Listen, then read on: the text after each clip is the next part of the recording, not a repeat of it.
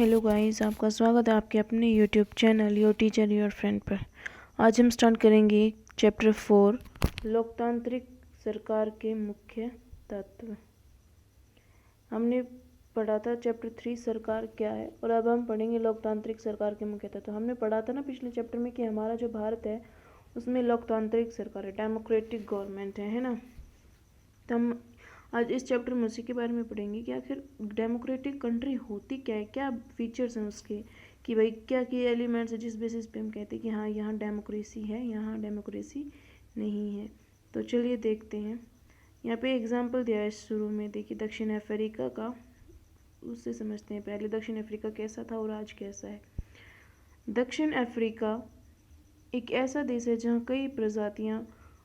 कई प्रजातियों के लोग रहते हैं, श्वेत अश्वेत, जिनकी त्वचा का रंग सांवला, जैसे भारतीय, यानी कि जो दक्षिण अफ्रीका था ये पहले रंग भेद से ग्रसित था।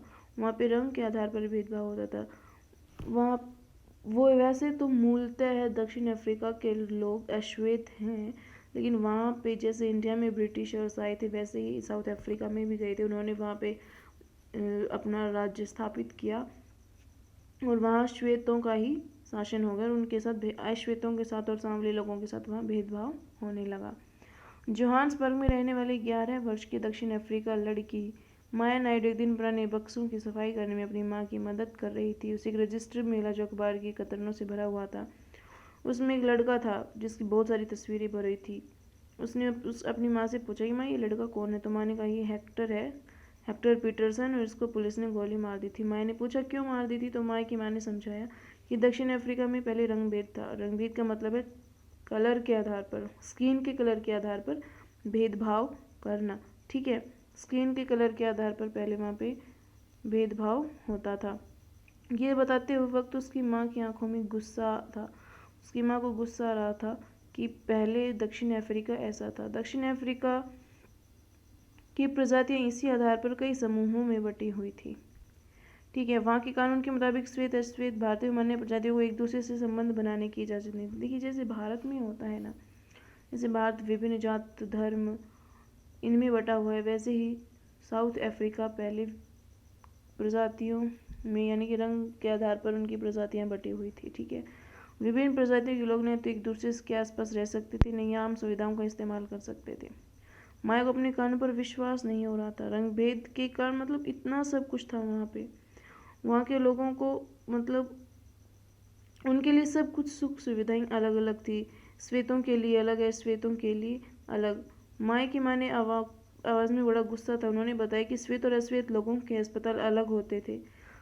अस्पताल की गाड़ियाँ भी श्वेत लोगों के लिए जो अस्पताल की गाड़ियाँ थी वे ज़रूरत की सामानों से सुसज्जित होती थी, जबकि अश्वेत लोगों के लिए जो गाड़ियाँ थी उनमें सुविधाएं नए के बराबर थी, यानी कि उपलब्ध ही नहीं थी। उनके लिए रेल बसें, बस स्टॉप सब कुछ अलग था। उन्हें एक साथ रहने का, वोट डालने का अधिकार नहीं था, किन्हें अश्वेतों को और सांवले लोगों को। देश की सबसे अच्छी जमीन श्वेत लोगों के पास आरक्षित थी। अश्वेत लोगों को खेती के लिए सबसे घटिया जमीन मिलती थी। इससे पता चलता है कि उनके साथ कितना भेदभाव होता था, ठीक है। दक्षिण पश्चिमी हिस्से के एक शहर था सोवेटो, जहाँ सिर्फ अश्वेत लोग ही रहते थे। हेक्टर पीटरसन भी वहीं रहता था। वो अफ्रीकान्स बोलना चाहता था, लेकिन वहाँ ब्रिटिशर्स उन्हें जुलू सिखाना चाहते थे, ठीक है। इसलिए उन्होंने अपनी भाषा सिखाने, श्वेत लोगों ने उन्हें अपनी भाषा सिखाने पर जोर डाला। पीटरसन ने उनका विरोध किया, इसलिए उस पर गोली चला दी गई, है ना। अच्छा जी, उसके बाद वहाँ पे बहुत सारे वो फिर नेल्सन मंडेला आए। उन्होंने खूब जमकर बड़े लंबे समय तक इसके खिलाफ आवाज़ उठाई, संघर्ष किया, और फाइनली 1994 में उन्हें सफलता मिली और दक्षिण अफ्रीका एक लोकतांत्रिक देश बन गया, ठीक है। अब उन्हें बराबर माना जाता है, सभी प्रजातियों को वहाँ पे अब बराबर माना जाता है। आज दक्षिण अफ्रीका एक अच्छा डेमोक्रेटिक कंट्री है, और पहले ही देखो कैसे भेदभाव, रंग भेद था इसमें, है ना। आज ऐसा कुछ भी नहीं है। अब देखिए हम जो चैप्टर पढ़ रहे हैं उसमें है कि लोकतांत्रिक सरकार के मुख्य तत्व। तो हम कैसे समझें कि लोकतांत्रिक सरकार है या नहीं? तो उसका सबसे जो पहला पॉइंट होता है जिससे हम ये पता करते हैं कि कोई भी सरकार डेमोक्रेटिक है या नहीं है, उसके लिए भागीदारी सबसे इम्पोर्टेंट चीज़ है। जहाँ पर लोगों की भागीदारी होगी, लोग अपने, देखो हमने पिछले चैप्टर में पढ़ा था इसके बारे में कि लोग अपनी भागीदारी कैसे कैसे करते हैं, वही सारी चीज़ें इस चैप्टर में भी दे रखी हैं कि वोट डालकर अपने नेता को चुनना, उसके लोगों के पास पावर है ना डेमोक्रेसी में। हमने डेमोक्रेसी की डेफिनेशन क्या पढ़ी थी पिछले चैप्टर में भाई, क्या पढ़ी थी हमने डेमोक्रेसी की डेफिनेशन? हाँ, हमने पढ़ा था डेमोक्रेसी के बारे में कि लोगों के लिए शासन, लोगों के लिए और लोगों के द्वारा शासन क्या होता है? लोकतंत्र होता है, डेमोक्रेसी होती है। ये किसने दी थी भाई? अब्राहम लिंकन ने। ठीक है, अब्राहम लिंकन ने ये डेफिनेशन दी थी। अच्छा जी, अब आप मुझे एक बात बताइए, जब ऐसा है कि लोगों के लिए लोगों के द्वारा शासन, तो इस बात से आप क्या समझते हैं कि भाई लोग ही वोट डालेंगे, अपने नेता को चुनने की पावर किसके पास है? लोगों के पास है ना। वो वोट डाल के अपने नेता को चुनेंगे। तो ये भागीदारी जो हमने पिछले चैप्टर में पढ़ी थी, फिर वो कानून बनाएंगे लोगों के लिए कि कहाँ पे क्या काम होना है, वो निर्णय लेंगे इस बात का। सब कुछ कौन करेगी? गवर्नमेंट। कौन सी गवर्नमेंट? जिस गवर्नमेंट को लोगों ने अपने लिए चुना है, वोट डालकर चुना है, कितने एक सीमित समय के लिए। ठीक है, और वो काम करेगी सीमित कानूनों में रह के, नियम पद्धति में बंद कर, जो कि कॉन्स्टिट्यूशन में दिया गया है। तो वो क्या होती है? गवर्नमेंट होती है। तो भागीदारी सबसे पहली चीज़ होती है किसी भी लोकतांत्रिक सरकार में। हमारे यहाँ नियमित रूप से चुनाव क्यों होते हैं? आपने पिछले पार्ट में पढ़ाई है कि लोकतंत्र के लोग निर्णय लेते हैं, यानी कि लोकतंत्र में लोग निर्णय लेते हैं, ना कि जो वहाँ का मतलब कि लोकतंत्र में जो नेता है, जो सरकार का मुखिया है, प्रेसिडेंट है, प्राइम मिनिस्टर है, वो नहीं।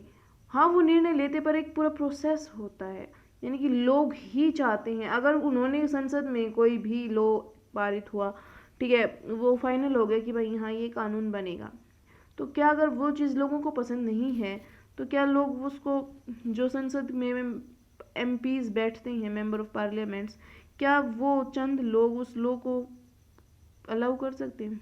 पूरे उस रूल को पूरे इंडिया में वो चला सकते हैं? नहीं।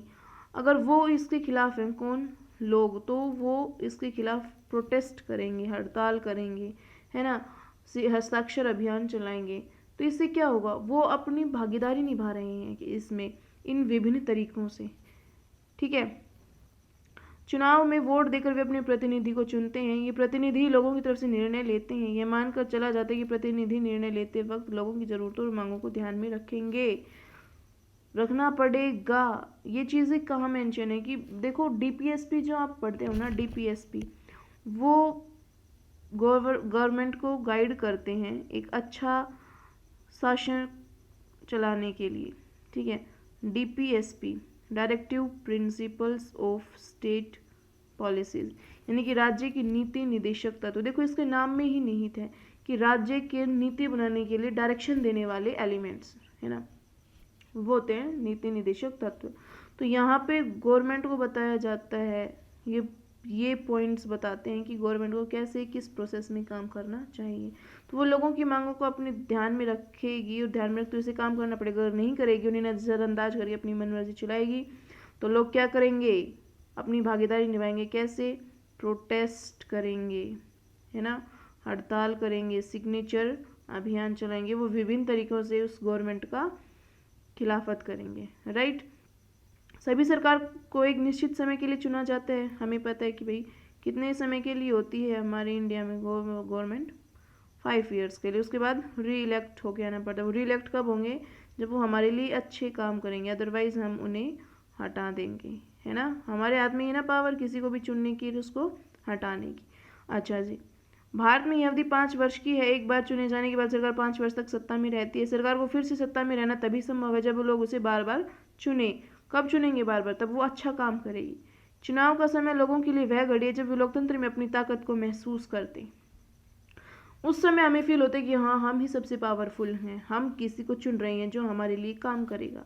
इस तरह से ये नियमित चुनाव होने से लोगों को सरकार पर नियंत्रण बना रहता है। अगर नहीं होंगे इलेक्शंस तो क्या होगा? डेमोक्रेसी का कोई मीनिंग रहेगा? नहीं रहेगा। डेमोक्रेसी निरर्थक हो जाएगी। अगर एक ही नेता का शासन रहे तो वो तानाशाही हो जाएंगे और फिर मोनार्की में और डेमोक्रेसी में फ़र्क ही क्या होगा? वहाँ भी राजा की चलती थी, वो किसी के लिए आंसरेबल नहीं था। अगर यहाँ भी ऐसा ही होगा तो क्या डेमोक्रेसी का भी कोई लीडर एंड आंसरेबल होगा जनता के लिए? नहीं। अगर इलेक्शन ही नहीं है तो उसे कोई डर नहीं है कि वो अगले साल मुझे नहीं चुनेंगे, हटा देंगे, क्या होगा क्या नहीं। वो अपनी मन मर्जी करेगा, क्योंकि उसे कोई डर नहीं है कि 5 साल बाद फिर से इलेक्शन होने हैं और मुझे कंपटीशन को फेस करना है। उसके पास ऐसी कोई ज़रूरत उसे महसूस नहीं होगी, तो वो ऐसा क्यों करेगा, है ना। तो इसीलिए डेमोक्रेसी में इलेक्शन सबसे फर्स्ट पॉइंट है किसका? अपनी भागीदारी दिखाने का। ठीक है, हम इलेक्शन से भागीदारी दिखाते हैं अपनी। पहला पॉइंट क्या है भागीदारी दिखाने का? वोट डालना। हम वोट डालेंगे, वोट डालकर हम अपना कंट्रीब्यूशन करते हैं किसमें? डेमोक्रेसी में। ये सबसे फर्स्ट और इम्पोर्टेंट पॉइंट होता है। हम लोग नेताओं को चुनते हैं, ठीक है, हम चुनते हैं नेताओं को, वो हमारे लिए काम करते हैं। अगर वो हमारे लिए काम नहीं करेंगे, अच्छा काम नहीं करेंगे, तो हम उन्हें अगली बार हटा देंगे। अगर ये प्रोसेस ना हो तो क्या डेमोक्रेसी का कोई मतलब होगा? नहीं, वो एक निरर्थक हो जाएगी। क्यों? क्योंकि अगर लोगों को वोट डालने का राइट नहीं होगा, अगर वो हर 5 साल में वोट डाल के किसी को चुनेंगे नहीं, तो स्थाई स्थाई राजा होगा कोई भी, ठीक है, जो अपनी मनमर्जी से काम करेगा। उसे कोई डर नहीं होगा कि क्या होगा क्या नहीं होगा, उसे जनता को जवाब देने की कोई आवश्यकता नहीं होगी। अगर वोट नहीं होंगे तो गवर्नमेंट आंसरेबल नहीं होगी, है ना, जवाबदेह नहीं होगी गवर्नमेंट। अगर वोट नहीं डलें तो गवर्नमेंट जवाबदेह भी नहीं होगी, क्योंकि उसे डर ही नहीं है अपने किसी भी काम का जवाब देने का, कि भाई हम जवाब नहीं देंगे कि हमने क्यों किया, उसमें उनका क्या भला है क्या बुरा है, तो वो हमें अगले साल हटा देंगे, ऐसा उन्हें कोई डर नहीं रहता है। भागीदारी के कुछ अन्य तरीके भी होती हैं, जैसे 5 वर्ष में एक बार चुनाव होता है। वोट देने के अलावा लोकतांत्रिक सरकार के निर्णय और नीतियों में लोगों के भाग लेने के लिए भी कई तरीके हैं, जैसे कि वोट सभी को थोड़ी डालते हैं। एक तो 18+ एडल्ट लोग हैं वो वोट डालते हैं, लेकिन अभी भी इंडिया में काफ़ी वर्गों को वोट नहीं डालते हैं। कुछ वर्ग ऐसे हैं, कुछ ट्राइबल्स कम्युनिटीज़ ऐसी हैं जो अभी भी वोट्स नहीं डालती हैं। तो वो अपना कंट्रीब्यूशन कैसे दे? लोग सरकार के कार्यों में रुचि लेकर उसकी आलोचना करके भी अपनी भागीदारी निभाते हैं। जैसे कि हमने पढ़ा ना, प्रोटेस्ट करके, उनके लॉज के खिलाफ, उनके रूल रेगुलेशंस के खिलाफ वो प्रोटेस्ट कर सकते हैं, वो डायरेक्ट सुप्रीम कोर्ट या हाई कोर्ट में जा सकते हैं। तो ये सब क्या है? भागीदारी कर रहे हैं किसमें? डेमोक्रेसी में। ठीक है, समझ में आया इतना? अच्छा जी। उसके बाद देखिए, अगस्त 2005 में जब एक खास सरकार ने बिजली का किराया बढ़ा दिया था तो लोगों ने जमकर विरोध किया, बहुत ही तीखे रूप में व्यक्त किया। लोगों ने जुलूस निकाले और हस्ताक्षर अभियान चलाए। सरकार ने अपने निर्णय में बचाव के तरीके में लोगों को समझाने की कोशिश की। अब देखो, बचाव के लिए कोशिश की, क्यों? क्योंकि वो अगर ऐसा नहीं करती तो लोग तो पहले ही मतलब कि भड़के हुए हैं। वो एक तो प्रोटेस्ट कर रही हैं, ऊपर से वो अगर उन्हें नहीं समझाएगी, अपनी मनमर्जी करेगी, तो यहाँ मोनार्की नहीं है कि भाई राजा तो दबंगगिरी करेगा, कुछ भी करेगा, उसकी मनमर्जी नहीं। यहाँ डेमोक्रेसी है। अगर वो आंसर नहीं देगा, उन्हें नहीं बताएगा कि उसमें उनका क्या फ़ायदा है क्या नुकसान है, तो वो अगली बार इलेक्शन होंगे तो उसे हटा देंगे। उन्हें बहुत से नेता मिल जाएंगे, उसी को लाएंगे, वो ज़रूरी नहीं है।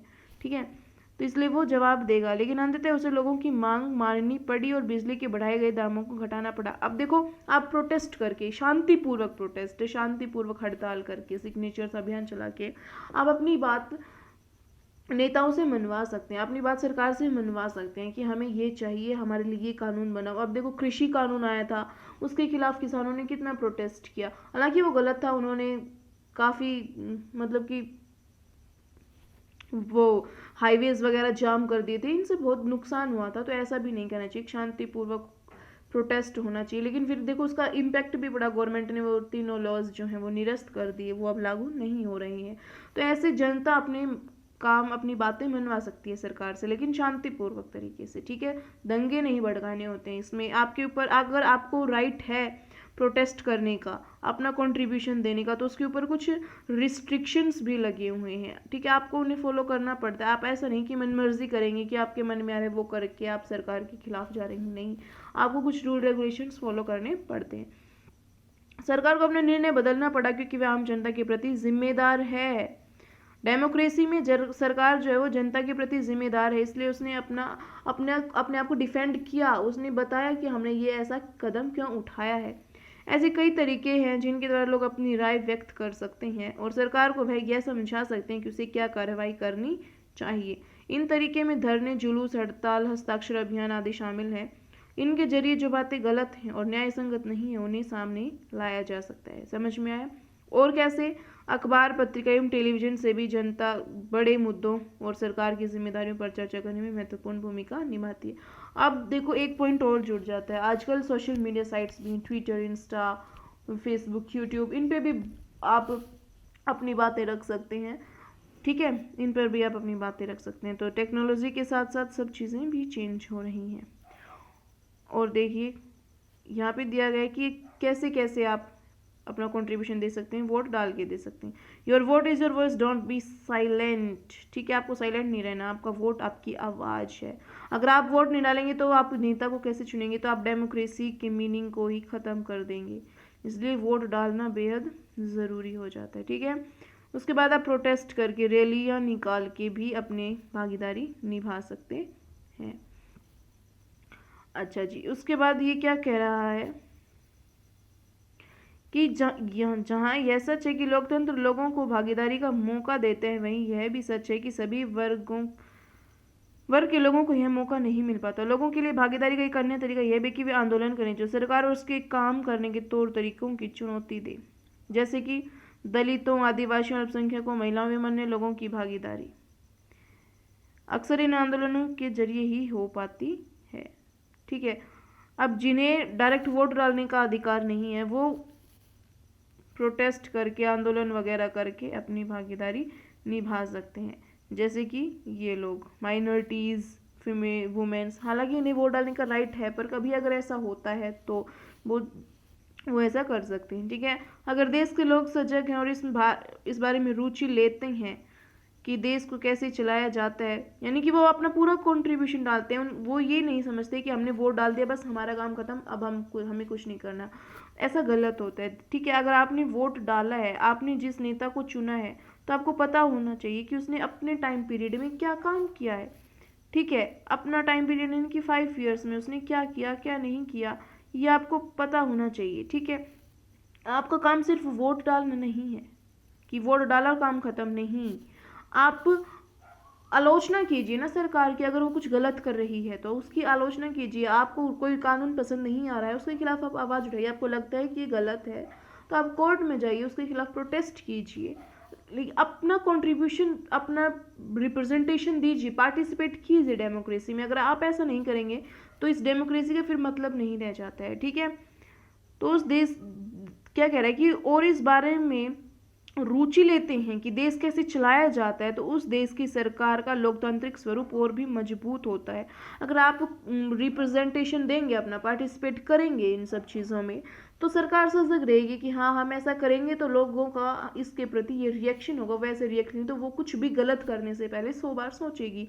तो डेमोक्रेसी सेफ रहेगी, वरना डेमोक्रेसी का कोई मतलब नहीं रह जाता है। ठीक है, अगली बार अगर हमें शहर, कस्बे, गांव की गली से कोई जुलूस गुजरते हुए दिखे तो हम एक क्षण रुक कर पता करेंगे कि जुलूस के लिए किसके लिए निकाला गया। अब देखिए कैसे इसने अगला टॉपिक बताना है, विवादों का समाधान। तो ये यहीं से शुरू कर रहा है। देखिए काफ़ी बार क्या होता है कि धार्मिक जुलूस निकलते हैं, एक ही गली से निकलना होता है, एक ही समय पर निकलना होता है, हिंदुओं को अपना निकालना होता है, मुस्लिम्स को अपना निकालना होता है। तो इस वजह से कई बार विवाद हो जाता है, इश्यूज बन जाते हैं कि हम ही निकालेंगे। तो उनका सोल्यूशन भी गवर्नमेंट करती है, और उनका सोल्यूशन गवर्नमेंट कैसे करती है, वो हमारे कॉन्स्टिट्यूशन में है। और कॉन्स्टिट्यूशन का मतलब डेमोक्रेसी, लोकतंत्र से। ठीक है, उसमें भाग लेने वाले लोग कौन है और वे किस मुद्दे पर प्रदर्शन कर रहे हैं, इससे हमें यह समझने में मदद मिलेगी कि हमारी सरकार कैसे काम करती है। ठीक है,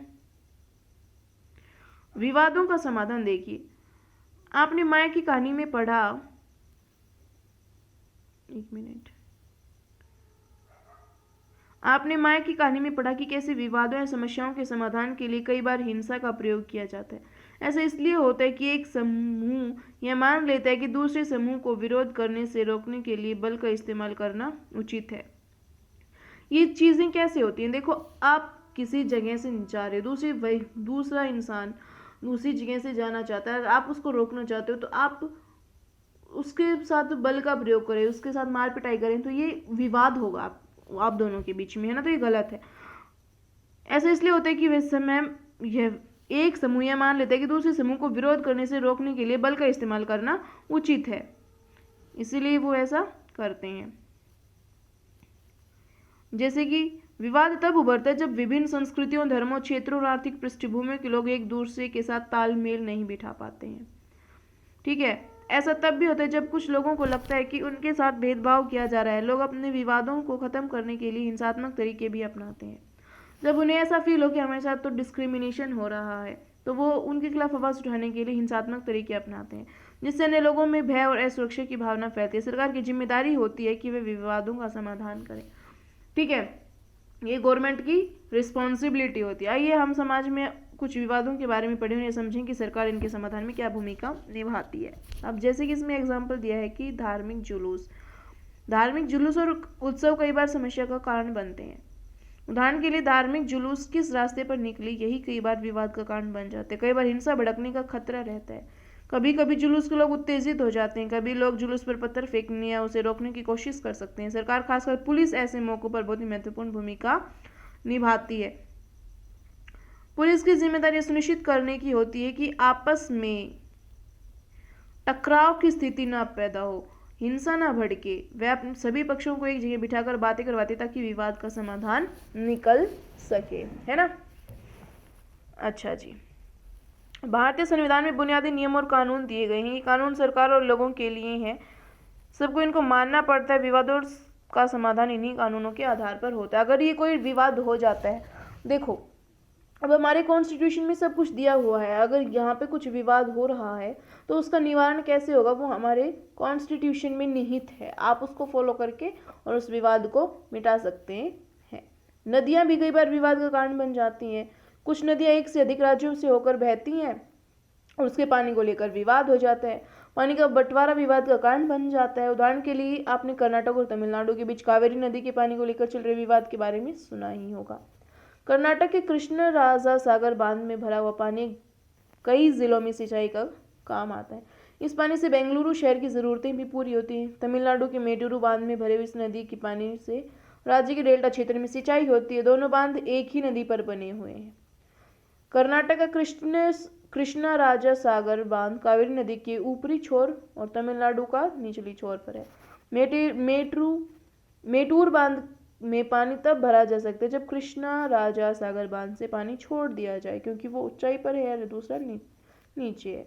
दोनों राज्यों को अपने लोगों की ज़रूरत के लिए भरपूर पानी की आवश्यकता है, तो इसको लेकर भी काफ़ी बार विवाद हो जाता है, जो कि नहीं मिल पाता। अब उन्हें पानी की आवश्यकता है और पानी मिल नहीं पाता, इससे विवाद उत्पन्न होता है। जब राष्ट्रीय सरकार को कदम उठाना पड़ता है ताकि दोनों राज्यों के लिए पानी का सही बंटवारा हो सके।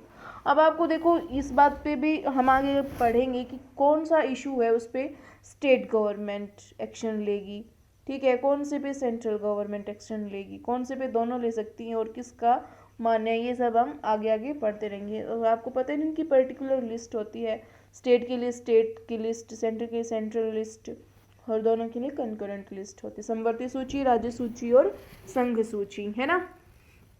अच्छा, समानता एवं न्याय से आप क्या समझते हैं भाई? समानता एवं न्याय, इक्वलिटी एंड जस्टिस। तो देखिए, हम एक इमेज से समझते हैं। Equality doesn't mean justice. हमेशा समानता का मतलब जो है वो न्याय नहीं होता है। कैसे भाई, कैसे? एक मिनट, यस, हमेशा समानता का मतलब न्याय नहीं होता है। अब देखो, यहाँ पे इक्वलिटी की जा रही है, इन तीनों की हाइट देखिए, इक्वल है नहीं, लेकिन लोग किसी के दिमाग में आया कि इक्वलिटी समानता, तो इन्होंने एक एक स्टूल दिया इनको। अब जिसकी हाइट इक्वल है वो विदाउट स्टूल देख सकता है, वो भी स्टूल पे खड़ा होकर देख रहा है। इसको एक स्टूल की आवश्यकता है और इसको भी एक ही मिल पा रहा है।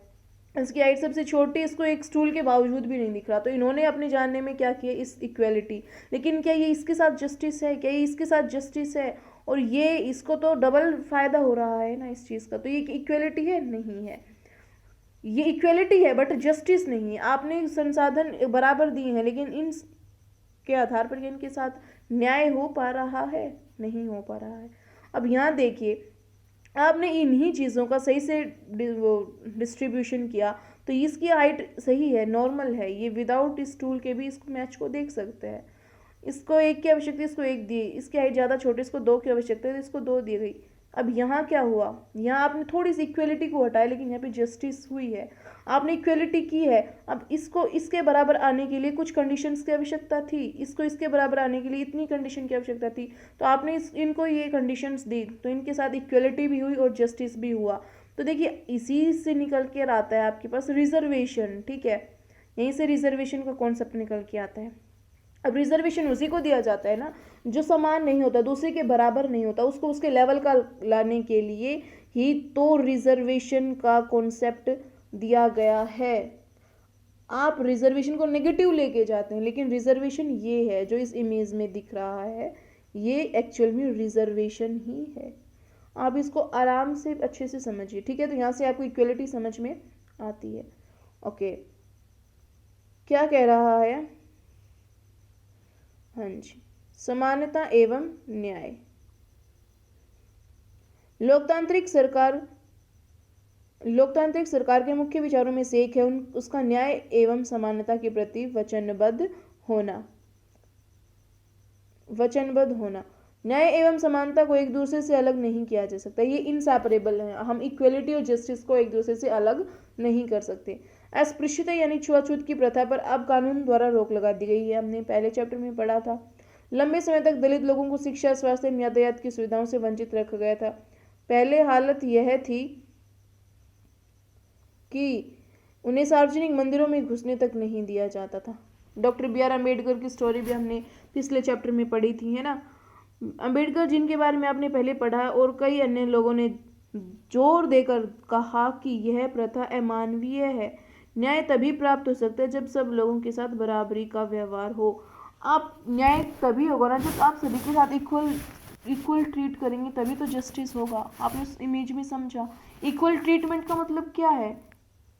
अब आप इक्वल ट्रीट कैसे करेंगे लोगों को? उसको 1 स्टूल की आवश्यकता है उसको 1 दो, जिसको 2 की आवश्यकता है उसको 2 दो, तो आप उसको इक्वल ट्रीट करें। आप किसी को जो कम या ज़्यादा नहीं देने, जिसको जितनी आवश्यकता है उसको उतना दिया जा रहा है, तो ये इक्वलिटी है, ये समानता है। आप उसको उसकी ज़रूरत से ज़्यादा नहीं दे रहे हैं। आपने एक इमेज में देखा कि एक के पास 1 की आवश्यकता उसको 1 दिया, जिसके पास 2 की आवश्यकता है उसको 2 मिले, जिसको आवश्यकता नहीं है उसको नहीं दिया गया।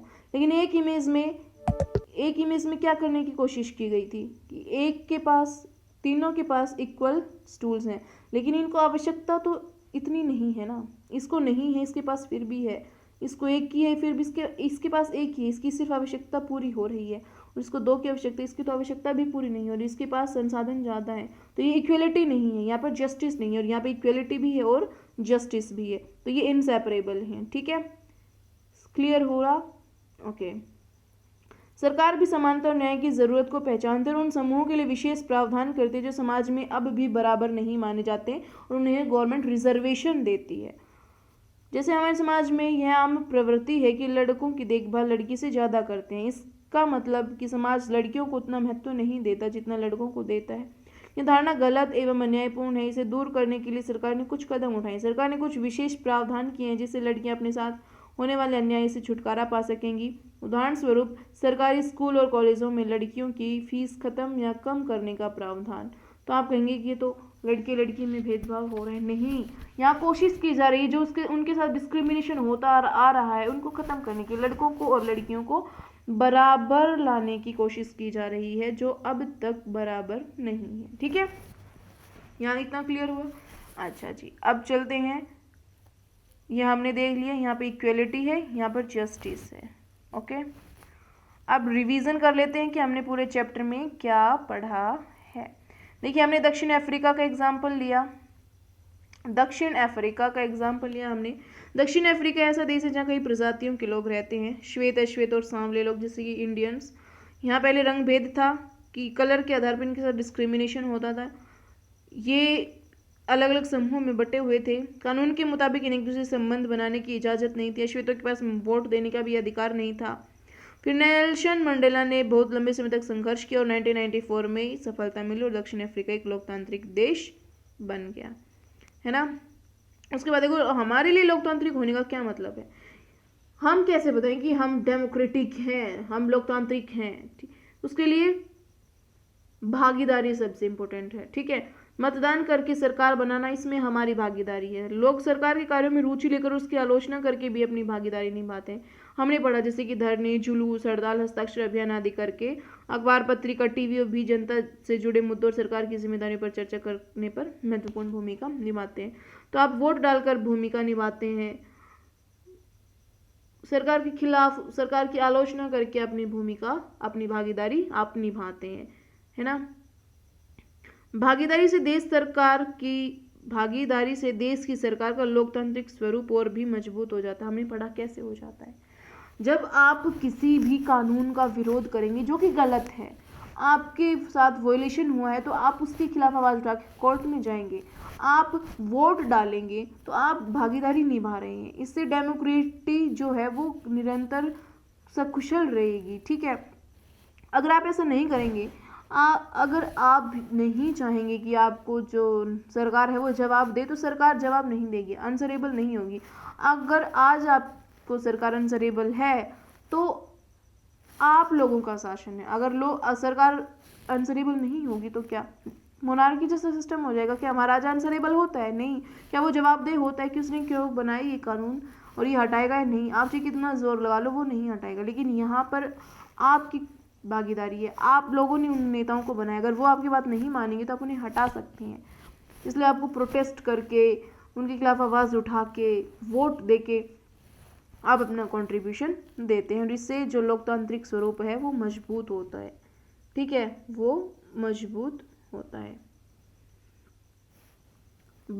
विवादों का समाधान, अब विवाद होते हैं तो उसका समाधान भी कौन करती है? सरकार करती है। धार्मिक जुलूसों के कारण, उदाहरण के लिए जुलूस किसी रास्ते से निकलेगा, ये विवाद का कारण बन जाता है। नदियाँ विवाद का कारण बन जाती हैं और इन सभी के समाधान के लिए संविधान में बुनियादी नियम और कानून दिए गए, उसके आधार पर विवादों का समाधान करती है कौन? सरकार, ठीक है। कौन करती है भाई? सरकार, यानी कि गवर्नमेंट करती है, ठीक है। अच्छा जी, समानता एवं न्याय के बारे में हमने पढ़ा, क्या है? Equality and justice. I hope ये चैप्टर आपको अच्छा लगा होगा, पसंद आया होगा। हमने क्या क्या पढ़ा है इसमें, है ना। अच्छा जी, क्या पढ़ा आपने? विवादों का समाधान कैसे करती है सरकार, इक्वलिटी और जस्टिस क्या है ना। हम लोकतंत्र में अपनी भागीदारी कैसे निभाते हैं, ये सब कुछ हमने इस चैप्टर में पढ़ा। दक्षिण अफ्रीका का एग्जाम्पल लिया, ये सब चीज़ें हमने इसमें पढ़ी हैं।